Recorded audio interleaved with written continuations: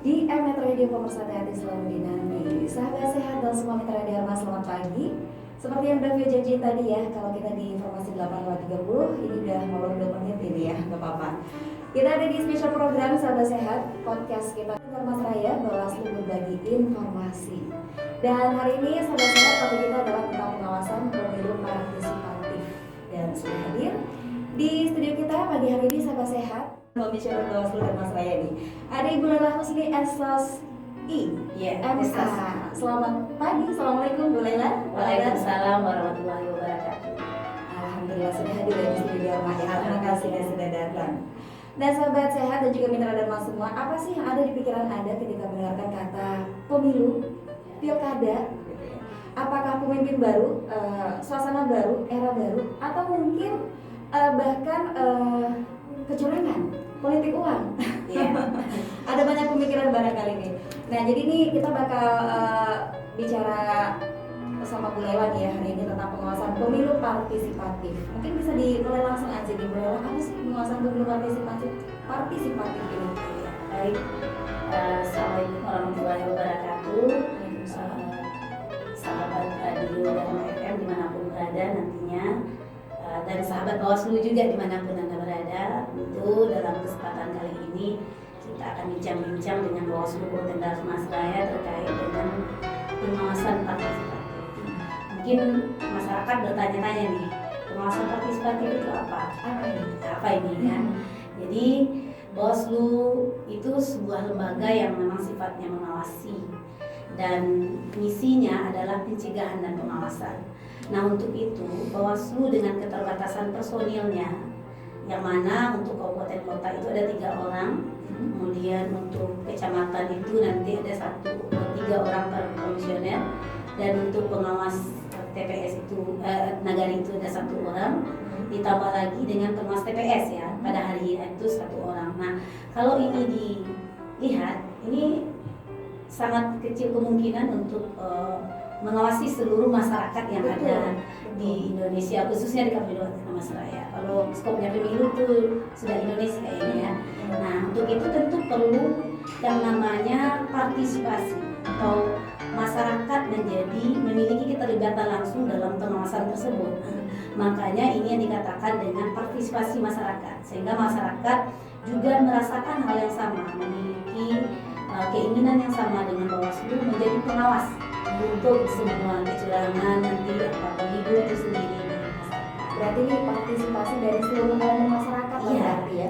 Yang biasanya tuh kan nggak terlibat gitu kan? Iya, betul. Sekarang sudah dibawa ikut serta. Jadi ini kan pesta. Benar. Pesta ini kan pesta rakyat, pestanya kita semua. Jadi yang menjadi pengawas itu bukan hanya pengawas pemilu, tetapi masyarakat kalau pesta ini mau berjalan dengan baik dan lancar. Nah, itu dia nih ya, Mitra Dharma semua ya, sudah dijelaskan sama Bu Laila nih.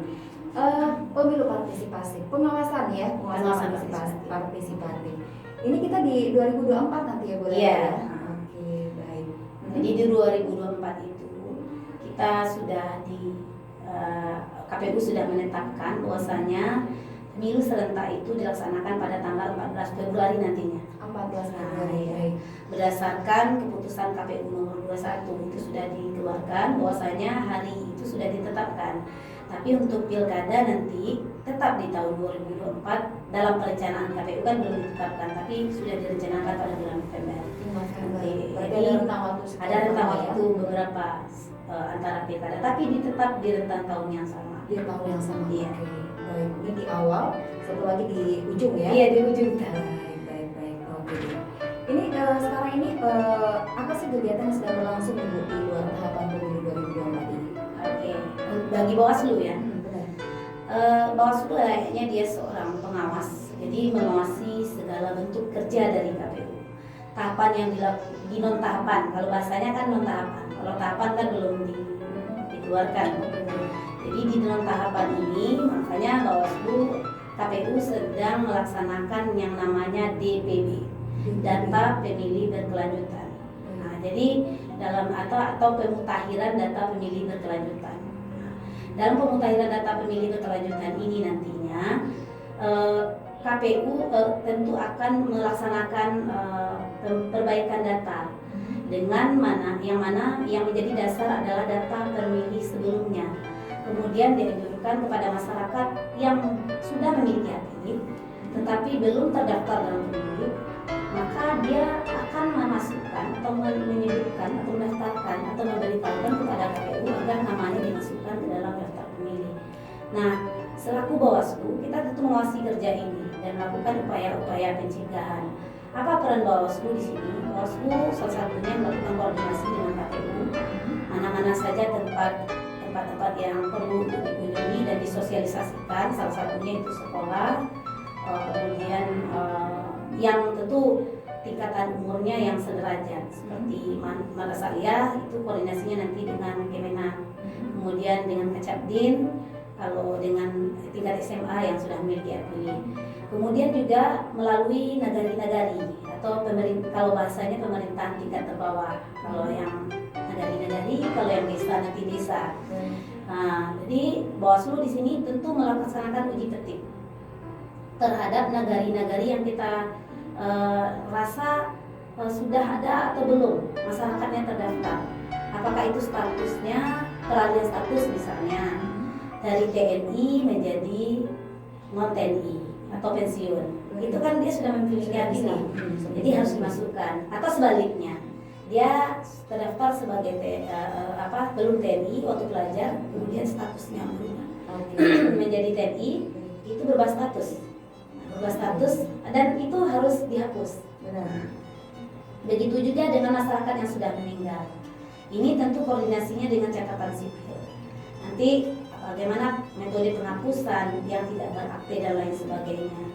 Nanti KPU kan sudah punya PKPU 6 dalam hal ini untuk melakukan tahapan DPD ini. Nah, kita selaku ini tentu mengawasi apakah proses ini berjalan dengan baik dan lancar. Dan dalam koordinasi ini nanti kita akan minta KPU untuk melibatkan Bawaslu sehingga memang sinkron kerjanya. Apa yang bisa kita cegah dari sekarang ini kan menjadi persoalan nanti yang cukup rumit ketika disengketakan, dia tidak terdaftar ketika hari H dan lain sebagainya. Maka dari sekarang kita sudah turun, Bawaslu sudah melakukan sosialisasi, salah satunya ini nih dengan radio kan selaku mitra kita yang sudah MOU juga. Kemudian mengunjungi beberapa wirid-wirid pengajian, majelis taklim, menyuarakan agar mereka yang belum terdaftar segeralah ikut andil. Sebentar lagi 2024 kan sudah jauh, sudah di depan mata. Ya. Jadi kira-kira kalau sekarang Februari berarti sekitar 2 tahun lagi ya. Ini tidak waktu yang lama. Waktu yang singkat ya. Iya, waktu yang singkat. Baik, berarti kita memang harus mulai melek ini dari sekarang. Iya, dari sekarang. Baik. Ini kalau kita bicara tentang pemilu partisipatif ini Bu Lela ya. Elemen masyarakat mana aja sih Bu Lela yang sudah dikoordinasikan? Tadi beberapa di antara sudah disebutkan. Iya. Apa aja nih yang lainnya yang mana nih yang udah dilibatkan? Jadi kalau Bawaslu, kita kan langkah awal yang kita mulai itu dengan MOU. MOU itu tentu kita gaet adalah pihak-pihak yang memiliki masa atau memiliki perpanjangan tangan Bawaslu nanti yang bisa kita jangkau. Salah satunya yaitu seperti yang sudah kita MOU-kan, radio ini salah satunya. Kemudian wartawan melalui PWI-nya, ya. Kemudian dengan organisasi-organisasi masyarakat seperti Muhammadiyah, NU mungkin sudah kita koordinasikan, tapi selanjutnya mungkin masih kita tunggu. Kemudian dari Dinas Sosial Perlindungan Anak dan dengan PKH-nya nanti, karena memang ini butuh juga kita nanti, karena bagian-bagian independen ini butuh juga Bawaslu dalam rangka upaya perpanjangan tangannya nanti. Kemudian organisasi kemahasiswaan itu 3 perguruan tinggi yang ada di Kabupaten Damastraya itu sudah kita MOU-kan, Unan 3, Undari dan STIP Nusa Kinara Damastraya. Ya ada 9. Ada 9 ya.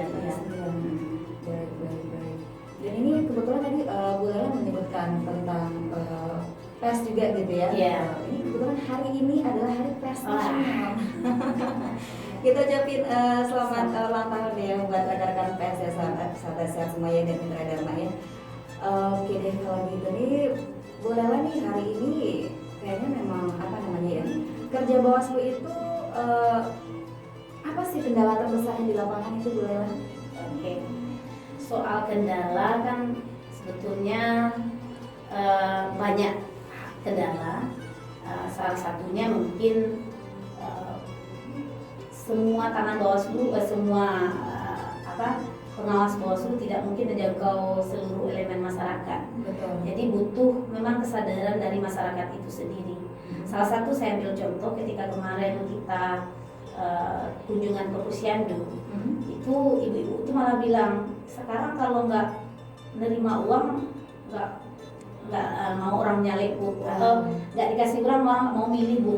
Ini sudah apa namanya itu sudah ini ya di dalam pikirannya ya. Jadi kalau nggak dikasih uang nggak datang ke TPS, nggak pilih. Benar. Nah makanya kita sampaikan di sana hari ini itu yang jadi hal yang salah satu pencegahan atau meminimalisir paling tidak kendala-kendala itu adalah dari kesadaran masyarakat itu sendiri. Kita berharap memang selaku masyarakat mereka dulu yang memulai dari yang kecil, ya dari diri mereka sendiri.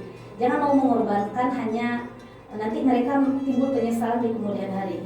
Ketika mereka memilih dikasih uang 300 atau 200 ribu oleh orang-orang tertentu, itu nanti ketika kebijakan yang melakukan itu tidak tepat, ujung-ujungnya berujung duit dan tidak lain sebagainya, mereka korupsi dan lain sebagainya, ini kan sebuah penyesalan yang cukup besar. Pertanyaannya dunia akhirat. Dunia akhirat, ya. Jadi jelas saja dalam agama kan sudah disampaikan, suap itu kan memang tidak dibenarkan. Nah, kalau tidak masyarakat itu memulai dari diri mereka sendiri, ini akan sulit dilaksanakan. Sama juga dengan halnya money politik yang saya sebutkan tadi. Ya kalau tidak upaya-upaya seperti ini yang kita sampaikan, minimal kalau menghentikan ini agak sulit ya. Tapi upaya pencegahan itu memang mulai dari diri sendiri. Ini kuncinya sebetulnya. Berarti dari diri sendiri gitu ya. Dari diri sendiri. Jadi memang di tengah masyarakat kita memang sudah terbentuk pola pikiran seperti itu ya. Dan ini kan miris kita gitu ya. kan. Untuk sebuah nasib bangsa gitu harus ditentukan dengan 200-300 ribu ya, gitu ya. Betul. Jadi ini kalau untuk pengawasan partisipatif ini sendiri nih Bu Lela, ada program apa sih dari Bawaslu gitu? Ya, pada dasarnya Bawaslu RI itu kan sudah punya 7 program pokok pengawasan. 7 program pokok, oke. Ya, salah satunya diantaranya yaitu seperti Bawaslu ya, aplikasi yang memang sifatnya untuk melaporkan segala bentuk hal-hal yang sifatnya berkenaan dengan pemiluan. Ini ada dicanangkan oleh Bawaslu RI. Kemudian ada namanya ini sudah ada di Bawaslu? Sudah ada. Okay.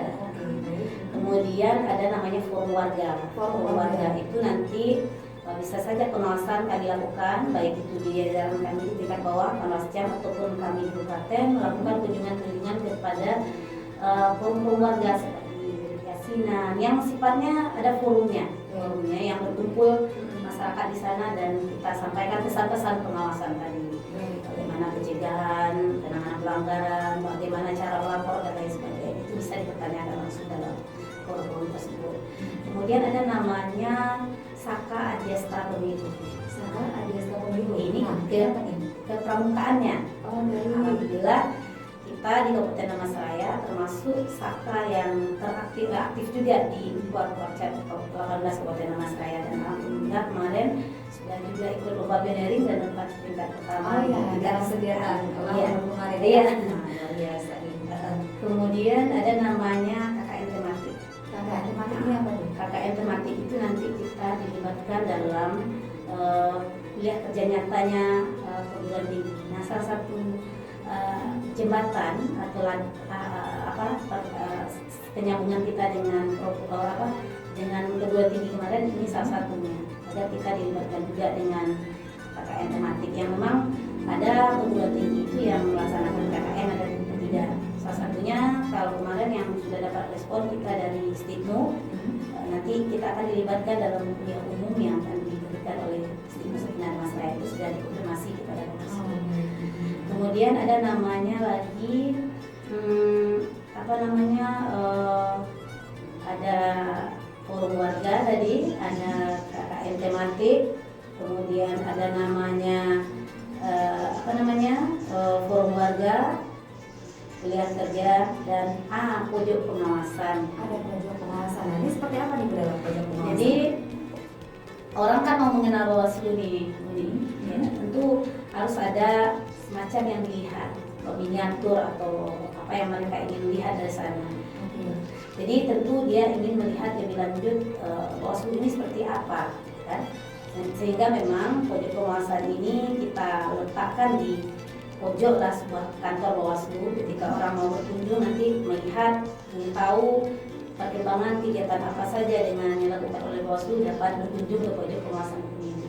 Nah, dalam perencanaan Bawaslu Kabupaten Damansaraya, kita juga akan bekerjasama nanti dengan salah satu sekolah yang memang nanti sekolah itu yang sudah menjadi mitra kita, diletakkan juga beberapa pojok-pojok pengawasan di sana, sehingga memang siswa-siswa yang ada di sana nanti mengenal juga Bawaslu ini dari selebaran, dari buku-buku, artikel dan lain sebagainya. Ini kira-kira dari beberapa program, 7 program pengawasan legislatif. Kalau view dengar itu di beberapa tempat juga sudah ada desa apa namanya, desa terkait ini juga nih, desa programnya KPU. Ya, ada. Pak KPU juga punya program desa desa. Sehingga memang kalau Bawaslu itu ada juga namanya, kalau kita apakan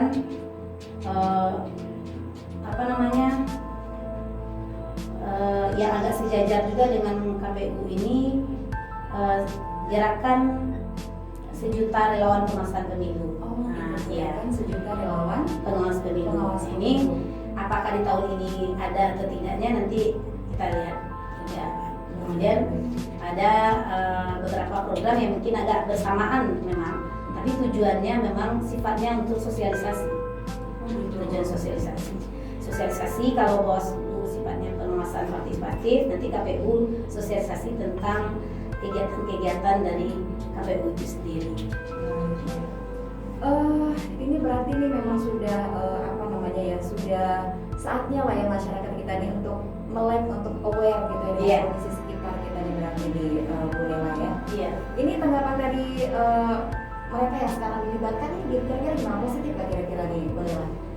Sejauh ini memang positif ya. Tapi sembari berjalan tentu ada kekurangan, ada kelebihan nantinya, sehingga memang Bawaslu tetap berbenah diri terhadap apa-apa yang sudah kita lakukan, mana-mana yang perlu kita perbaikan. Makanya kita butuh juga masukan dan saran dari masyarakat terhadap hal ini. Bisa saja dengan langsung melihat atau memperhatikan dari media sosial. Ini kan salah satu juga dari program pengembangan pengawasan partisipatif. Bisa berkunjung di lamannya Bawaslu Kabupaten Damansaraya, di humasnya Facebook Bawaslu Kabupaten Damansaraya, bisa juga di emailnya Bawaslu Kabupaten Damansaraya, atau bisa juga langsung ke YouTube yang kita siarkan juga podcastnya setiap waktu-waktu atau biasanya setiap bulan sekali. Nah, ini bisa dikunjungi. Nah, kalau untuk masyarakat yang tadi kita bicara tentang media sosial, kalau masyarakat yang tidak bisa menjangkau medsos, ini kalau ingin berkomunikasi dengan Bawaslu caranya seperti apa nih Bu Lela? Apa harus datang ke kantor atau gimana? Nah, makanya nanti Bawaslu itu kan dia punya jajaran ad hoc, Panwascam, ya, jajaran ad hoc PKD, pengawas kelurahan desa, dan ini dekat tahapan mereka akan direkrut, sehingga memang seketika aspirasi itu tidak tersampaikan melalui jaringan media sosial dan lain sebagainya, ternyata bisa langsung ke kantor Panwascam terdekat, atau bisa juga sebetulnya bagi yang aksesnya dekat bisa juga berkunjung ke kantor Bawaslu Kabupaten Damansaraya langsung. Baik. Ini mungkin kondisi masyarakat kita yang memang mungkin kita perlu ada namanya brainstorming gitu ya. Karena kan sebagai masyarakat kita seperti di awal tadi Bu bilang bahwa ternyata memang sudah terkondisikan. Ini kalau nggak ada duit nggak datang nih gitu kan. Kalau nggak ada rupiahnya nggak ini. Jadi suara kita tuh bisa dibeli lah berarti kalau seperti itu kan. Kalau mau beli ini sekian gitu kan. Iya. Nah hal yang seperti ini nih Bu Lela yang sulit gitu untuk kita untuk kita bersihkan gitu. Iya. Tapi kita tetap harus optimis lah ya bahwa Harus. kerja kita ini harus akan membuahkan hasil. Iya. Walaupun mungkin 100% bersih, yang benar-benar bersih itu memang agak-agak ini juga ya sulit gitu ya. Iya. Pada dasarnya kan memang seperti itu. Upaya pencegahan Bawaslu itu kan dua misinya sebetulnya, pencegahan dan pengawasan. Kemudian baru penindakan. Jadi ketika itu bisa dicegah, maka upaya pencegahan yang mesti kita lakukan. Kalau itu tidak kita lakukan pengawasan, nanti ujung-ujungnya menjadi sebuah tindakan kalau itu ditemukan sebuah pelanggaran. Nah untuk itu tentu ada jenjang-jenjangnya. Masa sebelum tahapan itu, sebelum tahapan ini jangan nanti dikira Bawaslu tidak bekerja. Nah inilah masanya kami melakukan upaya pencegahan, mengunjungi pihak-pihak terkait yang bisa kita sosialisasikan, mengunjungi elemen masyarakat, mengunjungi kelompok-kelompok atau kelompok tertentu sehingga memang upaya-upaya pencegahan ini bisa kita laksanakan. Kemudian kalau itu sudah sebuah pengawasan, maka Bawaslu wajib untuk menindaklanjuti. Apakah itu nanti laporan dari masyarakat atau temuan dari pengawas pemilu itu sendiri. Nah, ketika itu sudah dikategorikan sebuah pelanggaran, maka sanksinya harus berjalan. Dan apakah ini bisa terjadi? Bisa. Jadi apakah ini ada juga mengalami kendala? Ada. Karena memang Bawaslu sifatnya kan memang menjalankan dari undang-undang. Sepanjang itu dimanakan undang-undang, maka Bawaslu akan bekerja sesuai dengan aturan dan perundang-undangan yang ada. Ketika itu Bawaslu ini sebuah lembaga yang melanggar di mana? Ini kan jadi keraguan juga bagi masyarakat. Apakah ada lembaga yang mengawasinya? Ada. Ketika kami penyelenggara seperti Bawaslu dan KPU melakukan upaya-upaya tidak netral misalnya, atau memihak kepada partai tertentu atau golongan tertentu, maka itu akan ada DKPP. Nah, ada di atas ada juga. Ada lembaga yang memang nanti akan menindaklanjuti upaya itu. Dan banyak juga ada penyelenggara yang mungkin ya tidak semuanya bersih dalam perekrutan ini. Ketika berjalan mereka mungkin terbimbing dengan janji-janji uang dan lain sebagainya, manusia biasa juga. Nah, sehingga memang masyarakat jangan ragu, kami ini ada pengawasnya. Masyarakat semua yang akan mengawasi kami. Nah, ada lembaga yang akan mengurusinya yaitu DKPP itu sendiri. Jadi Bawaslu ini jangan dibilang enak-enak saja mereka mengawasi orang tetapi mereka tidak lanjuti. Ada masyarakat luas yang akan mengawasi kami dan akan melaporkan nanti ke DKPP tersebut. Nah ini terkait dengan pengawas pemilu partisipatif ini sendiri nih Bu Lela. Iya. Ini elemen masyarakat yang terlibat gitu ya, yang sudah diajak untuk ikut serta untuk mengawas, ini tugasnya apa sih sebenarnya Bu Lela? Sampai di mana nih mereka nih petugas itu? Oke. Jadi kami harapannya ketika masyarakat itu sudah menjadi pemilih yang cerdas, keywordnya, berarti masyarakat itu sudah membantu kerjanya Bawaslu. Betul. Yang kedua, ketika masyarakat itu tidak takut dan ragu untuk melaporkan segala pelanggaran yang mereka lihat, mereka sudah membantu kerja Bawaslu. Kerja Bawaslu ini akan berjalan dengan lancar tergantung nanti kebersihan pemilu di Indonesia. Jadi kalau masyarakat mau saja melapor kecurangan, dan itu dirahasiakan, dan masyarakat bisa menyampaikan melalui kalau takut nanti bisa saja kalau di Facebook melalui Messenger misalnya yang tidak terekspos, bisa saja dengan komisioner langsung, dan akan kami jadikan sebagai informasi awal. Tentu tidak semua laporan itu bisa ditindaklanjuti dan lain sebagainya, tentu akan kami telusuri dan lain sebagainya. Akan kami jadikan informasi awal. Sekiranya itu mengarah kepada pelanggaran, maka kami Bawaslu akan menindaklanjutinya. Berarti kalau memang tugas pengawasan memang diawasi gitu ya, tapi kalau untuk penindakan itu sudah ranahnya Bawaslu berarti kita yang berwenang ya. Baik. Dan ini memang tadi ketika kita berhadapan dengan masyarakat banyak gitu ya, jangan sampai kita apatis berarti di Bu Lela terhadap kondisi sekitar. Karena kan ini Bu Lela, udahlah udah biasa seperti itu gitu kan, nggak usah dilapor juga, bikin repot aja. Artinya melahirkan sikap permisif terhadap kondisi yang seperti itu. Nah inilah memang benar-benar nih teman-teman atau semua elemen yang terlibat dalam pengawasan pemilu partisipatif ini memang dituntut untuk ini ya proaktif ya Bu Lela ya. Masyarakatnya yang kita minta ini. Benar banget ini. Makanya tagline Bawaslu itu bersama rakyat awasi pemilu, bersama Bawaslu tegakkan keadilan pemilu. Jadi rakyat yang awasi pemilu. Benar-benar. Iya. Jangan sampai kita jadi rakyat yang cuma melihat begitu saja, Nah, tidak iya. ada kecurangan dilaporkan dong. Iya. Jangan dibiarkan saja. Iya. Bu Lela ya. Baik. Dan tadi juga sudah dibilang Bu Lela nih sahabat sehat, sekiranya nanti ada kecurangan-kecurangan di perjalanan yang Anda lihat gitu kan dalam proses demokrasi di kabupaten kita tercinta ini nih Bu Lela. Iya. Itu boleh dilaporkan dan rahasia atau identitas pelapor itu dirahasiakan Iya. Bu Lela ya. Jadi tidak perlu ada kekhawatiran gitu. Nah, jadi memang peran masyarakat ini sejauh ini gimana nih Bu Lela? Setelah ini ada MOU gitu kan, sudah ada kesepakatan bersama dengan semua elemen masyarakat untuk pengawasan pemilu partisipatif. Ini perkembangannya seperti apa sampai sekarang Bu Lela? Dari kita mengambil kaca kepada pilkada yang sebelumnya ya.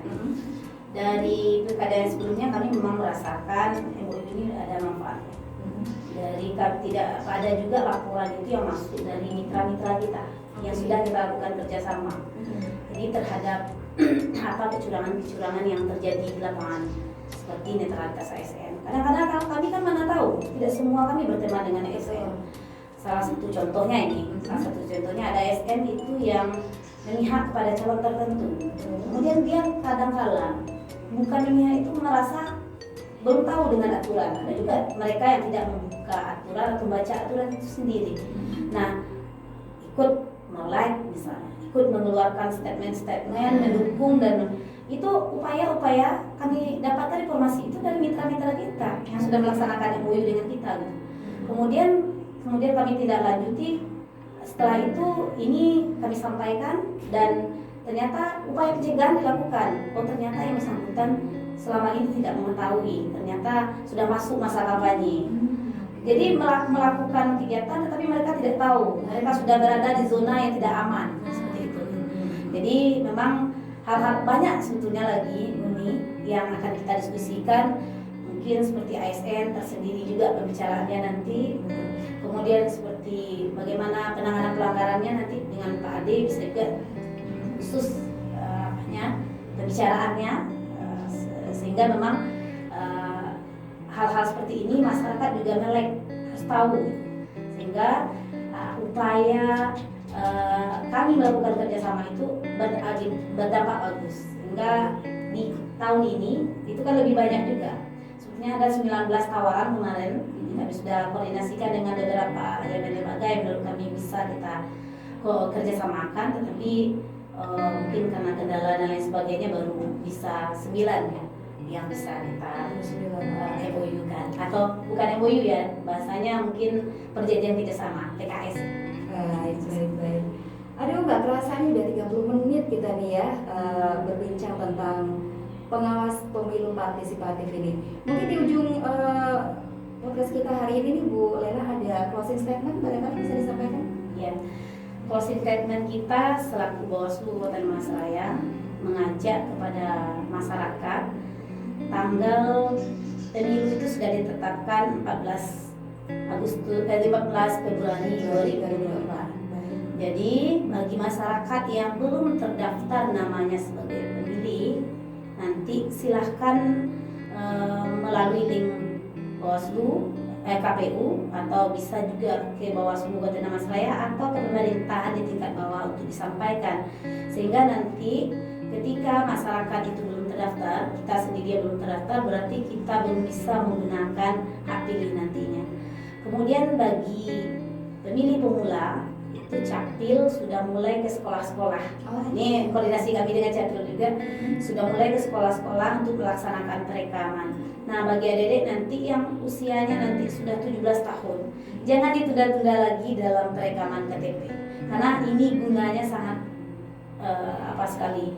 Jangan ngaku-ngaku gaul kalau belum terdaftar sebagai warga negara Indonesia.